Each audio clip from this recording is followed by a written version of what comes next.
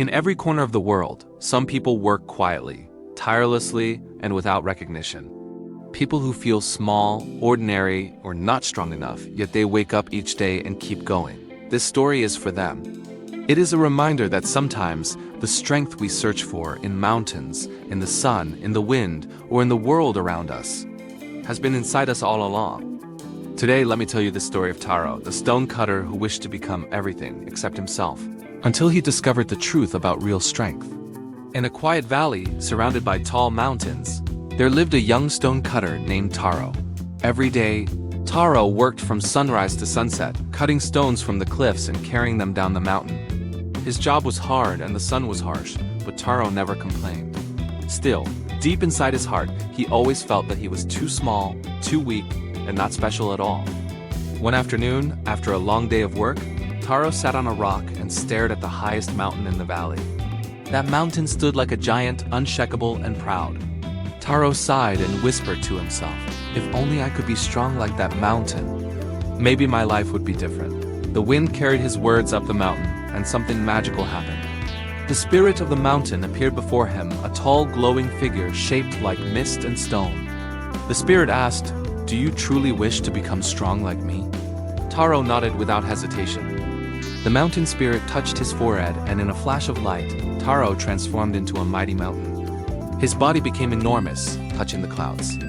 He could feel the wind, the rain, and the sunlight on his rocky surface. For the first time, he felt powerful. Nothing could move him. But after a few days, Taro noticed something. The sun burned fiercely on him, heating every part of his mountain body. He thought, "The sun is even stronger than I am." So Taro wished to become the sun. And once again, the mountain spirit granted his wish. Taro became the sun, bright, blazing, shining over the world. Now he felt unstoppable. People hid under trees because of his heat. Rivers dried under his power. Taro thought, "Now I must be the strongest." But one day, a large cloud drifted in front of him, blocking his light. No matter how brightly he shone, the cloud covered him effortlessly. Taro thought, "The cloud must be stronger than the sun." So he wished to become the cloud. He became a giant cloud, floating above the land, blocking sunlight, moving freely with the wind. Rain poured wherever he went. He felt powerful again. Until one day, the wind pushed him away easily, tossing him across the sky like he was nothing. Taro realized, the wind is stronger than the cloud, so he wished to become the wind. He transformed into a powerful wind, blowing through forests, bending trees, moving clouds, shaping the weather. Taro felt unstoppable, but then he tried to blow against something that didn't move, a huge mountain. No matter how hard he pushed, the mountain stood still. Taro finally understood. The mountain is stronger than the wind. He hesitated, thinking the mountain was the strongest thing in the world, until he saw a familiar sight. A small stone cutter, standing at the foot of the mountain, striking the rock with a hammer.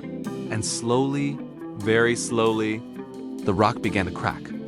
The mountain spirit appeared again and said softly, "Do you see now, Taro? The mountain is strong, the sun is strong, the cloud is strong, and the wind is strong.